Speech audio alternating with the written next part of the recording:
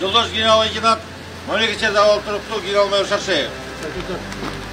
УКМК төрагасы Камчыбек Ташиев Жалабаттагы Бегават чегара өткөрмө пунктунан кабар алды. Атайын кызматтын төрагасы курулуш иштери менен таанышып, жыл аягына чейин толук бүткөрүүнү тапшырды. Жалабат эң чоң боротасы жер болду Өзбекстангачы.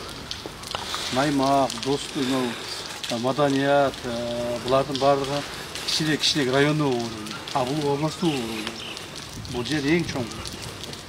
Ошон үчүн мына машиналар өткөндүгүн машина кандай өтөт, кантип өтөт ушул машиналар, булардын процесстери кандай болот, ушунун баарын бар. Кыскача, буквально жаңы жылдан соң ачып өтүшкө жакшы болот да. Сиз даярсыңар жазыласызбы? Меники уже личный состав даяр. Балдарды обучение өткүздүңөрбү? Өттү полный. Кыргызстан менен Өзбекстандын ортосундагы мамлекеттик чегара толук аныкталып бүткөндөн кийин эки өлкөнүн ортосундагы бир нече өткөрмө постторду ишке киргизүү макулдашылган. Анын ичинен Жалабат облусунан 6, Ош облусунан 3 чегара өткөрмө посту ачылуусу күтүлүүдө. Жалабат облусу боюнча негизинен 6 пост ачыла турган болду. Алардан 2 азыр иштеп атат, Маданият менен Баймак. Ал эми кошумча мына Бегават пост ачылат. Бул жерден машина менен да өтө турган болот, жеңил машина менен. Жана жөө адамдар да өтө турган болот. Анан сырткары Сейдукум ачылат. Ал жерде жөө адамдар өтө турган болот. Анан сырткары Нанай, Аксы районунун Нанай постун ачабыз.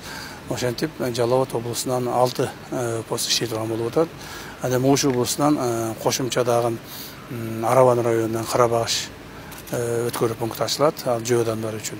Кара Суу районуна ачылат жана мына ушул Бегаваттын тушунда ынтымак посту. Ушул жерден Жалабаттан өткөн адамдар жеңил машинеси менен Ошко туура өтүп кете, Канабат аркылуу өтүп кетүүгө мүмкүнчүлүк түзүлөт. Ушул постторду ачууну азыр мына пландап атабыз. Буюрса ушул жаңы жылга чейин үлгүрүп калабыз деген ойдобуз. Негизинен биз тараптан баардыгы даяр болуп калды. Эми Өзбек тараптары баарын даярдап бүтсө ачабыз деген ойдобуз. Бегават чегара өткөрмө пункту жөө адамдарды жана унааларды өткөрүүгө ылайыкталууда. Кирип чыккандарды каттоо үчүн жалпы 6 терезе орнотулуп, күнүнө 7-8 миңдей кишини тейлөө мүмкүнчүлүгү түзүлгөн. УКМК төрагасы даярдалып жаткан имараттарды көрүп, курулушка байланыштуу бир канча эскертмелерди берди.